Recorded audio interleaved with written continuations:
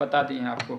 अब मैं बताऊंगा आपको भारत के जलीय विस्तार के बारे में। भारत के जलीय विस्तार के बारे में तो मैं नॉर्मली ये नक्शा आपको मैं बना लेता हूँ काल्पनिक, जो कि काल्पनिक नक्शा वाला ऐसा इंडिया का, और ये आपका यहाँ से ये थोड़ा सा ये आपका बांग्लादेश हो जाएगा, ठीक है। तो ये अलग हो गया, ये मैंने बनाया इसको काल्पनिक, ठीक। ये है आपका यहाँ पे बंगाल की खाड़ी, बंगाल की खाड़ी। यहाँ पे आपका है अंडमान निकोबार, ठीक है, एडी और निकोबार। यहाँ पे आपका वो लक्षद्वीप वगैरह हो गया, अरब हो आपका, और आपका यहाँ पे हिंद महासागर हो गया, ठीक। तो यहाँ पे जो जल सीमा होती है, ये तो हमारा भारत का अपनी भाई स्थल सीमा है, तो यहाँ तो भारत का संपूर्ण अधिकार है ही। तो आप कहेंगे कि जैसे इसके बगल में समुद्र लगा हुआ है, तो भाई इसमें जल की सीमा किस प्रकार से डिवाइड होती है। यहाँ का में कौन कहेगा भाई बांग्लादेश कहेगा कि मेरा है, इधर म्यांमार इंडोनेशिया कहेगी मेरा, श्रीलंका कहे मेरा है, भारत का है मेरा। तो ऐसा नहीं होता है, इसका एक नियम बना हुआ है जिसको हम समुद्री कानून कहते हैं, समुद्री अधिनियम कहते हैं, जिसको 1982 में पूर्णतः लागू किया गया था, ठीक है। कब किया गया था? तो 1982 में लागू किया गया था समुद्री कानून को।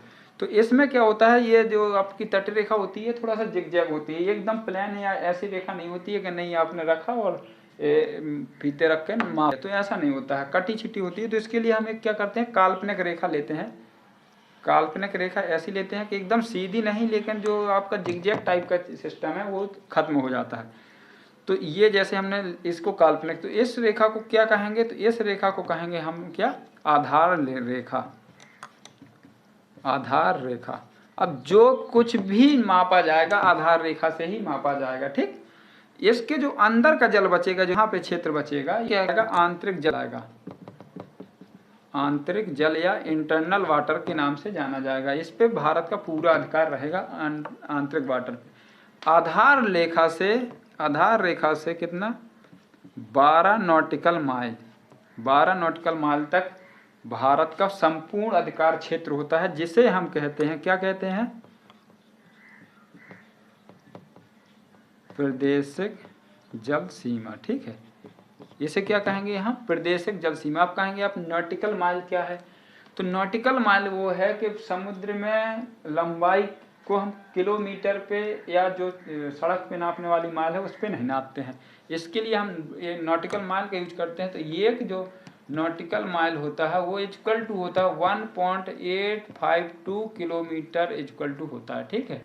और जो समुद्र की गहराई नापते हैं उसे हम किस में नापते हैं, ये फैदम में नापते हैं।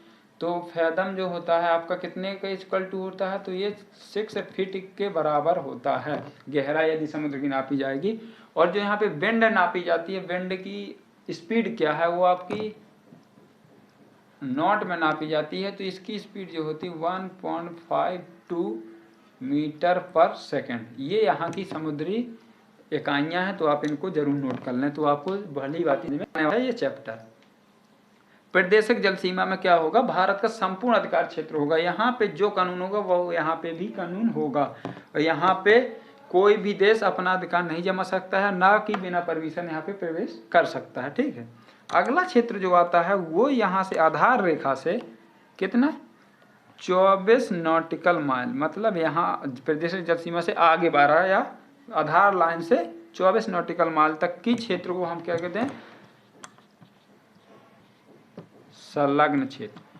संलग्न क्षेत्र क्या होता है, तो संलग्न क्षेत्र में होगा भारत का यहाँ पे अधिकार तो रहेगा, लेकिन किन क्षेत्रों में रहेगा, यहाँ पे उनका रहेगा चित्र में अप्रवासी कानून हम यहाँ पे क्या कर सकते हैं, लागू कर सकते हैं। क्या कर सकते हैं, अप्रवासी कानून, प्लस में हम यहाँ पे क्या कर सकते हैं, सीमा शुल्क ले सकते हैं। क्या ले सकते हैं,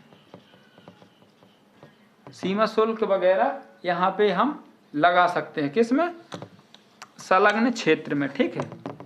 चलिए अब बात करते हैं 1 2 3। पहला देखिए हमने बताया आपको आंतरिक जल, दूसरा बताया प्रादेशिक जल सीमा, तीसरा बताया हमने संलग्न क्षेत्र, चौथा बताने जा रहे हैं हम यहाँ से इधर भी होगी भाई आधार लाइन, ये आपकी आधार लाइन हो गई। तो यहाँ से लेके यहाँ तक कितना, 200 नॉटिकल माइल, ये कहलाता है आपका